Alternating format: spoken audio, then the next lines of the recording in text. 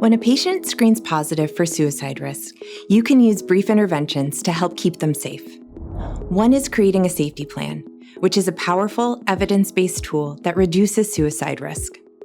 I'm going to explain to you what a safety plan is in detail, why it's so important to create one with your patient, and how you can help make sure a young person uses it.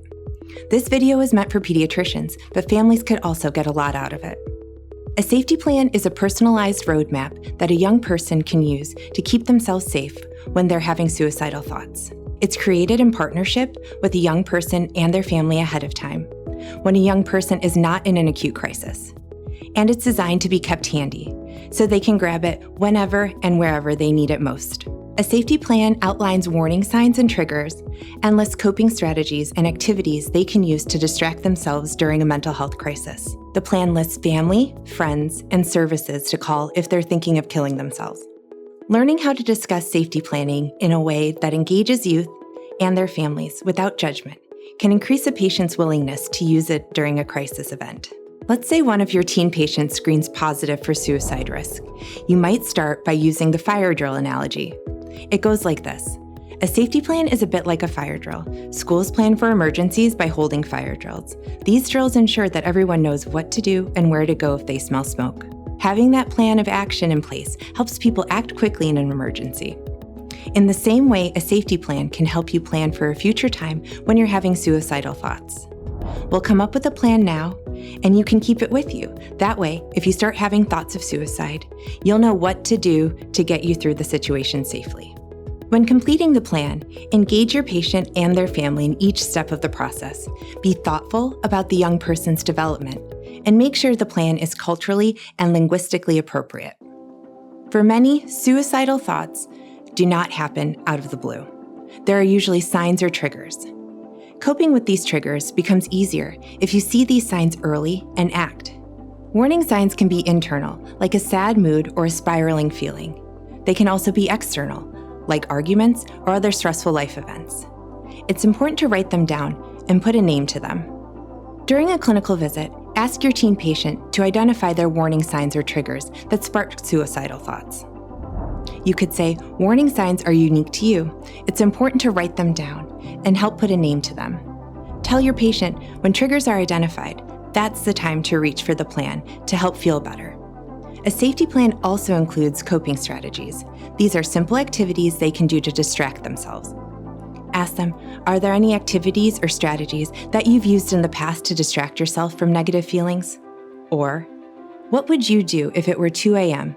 and you were thinking about killing yourself? They might say scrolling on social media. Urge them to look for other activities or hobbies that might help them feel better, like reading a book, or listening to music, or even playing with their dog. Then write these strategies on the safety plan for when they need it. Sometimes coping strategies do not provide distraction needed for youth who are experiencing suicidal thoughts. In these situations, it's important for them to reach out to someone who can help. This could be a trusted friend or a family member, someone who cares about them and would be happy to talk to them to take their mind off things. The patient doesn't need to tell them about the crisis they are in if they don't feel ready. It's helpful just to reach out and talk to someone they enjoy spending time with. Ask them, who could you call when your mental health is low? Let's put them down on your safety plan as people to contact.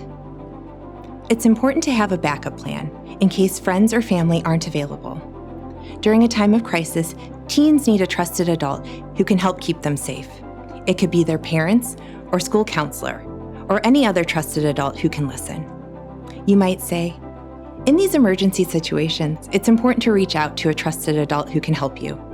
Let's name at least 2 people who can provide assistance and guide decision-making. The steps we just talked about are actions that a patient can take to protect themselves during a mental health crisis. But there are some other things they can do ahead of time to make sure the environment around them is safe. This is important because most people who try to kill themselves do so impulsively. So we can help keep them safe by removing items like weapons or pills that they could use to harm themselves in the moment. This is a really important step, so it's critical to talk to parents and caregivers about safe storage of firearms, medications, and other common household items that can be dangerous. You might start by saying, I want to help you keep your home as safe as possible for your teen while they're feeling this way. because a moment of crisis can escalate very quickly. It's important that we make sure they don't have access to guns, medications, or other household items that they could use to harm themselves. This can lead to strategies that can be added to the plan to temporarily secure these items during a crisis. Every patient and their family should be connected to free national resources, such as the 988 Suicide and Crisis Lifeline, that are available 24 hours a day, 7 days a week. These are really important resources to include in a safety plan because they're always available, even if it's 2 a.m. After developing a plan, you can explore options with the patient and family to keep it accessible. This might include a physical copy of the safety plan under the teen's pillow, or a virtual copy via a photo on their phone, or on an app that can be shared with parents and other trusted adults. Take time to go over the safety plan with the patient one more time. Review the steps that have been noted, like warning signs, internal coping strategies, asking for help, and restricting access to lethal means. Finally, ask if there are any questions or concerns. Send the patient home with resources that can help them find a therapist or someone to talk to on a regular basis. Make sure to stay in touch with them about how the plan works for them and if they need any changes. When we develop safety plans in a way that is collaborative and non-judgmental, we set patients and families up to successfully use them when needed. You are the expert in their health, and they are the expert in their experiences. So together, you can come up with a plan that is realistic, meaningful, and effective in keeping them safe. To learn more about safety planning, including how to implement them in your practice, visit aap.org/suicide prevention.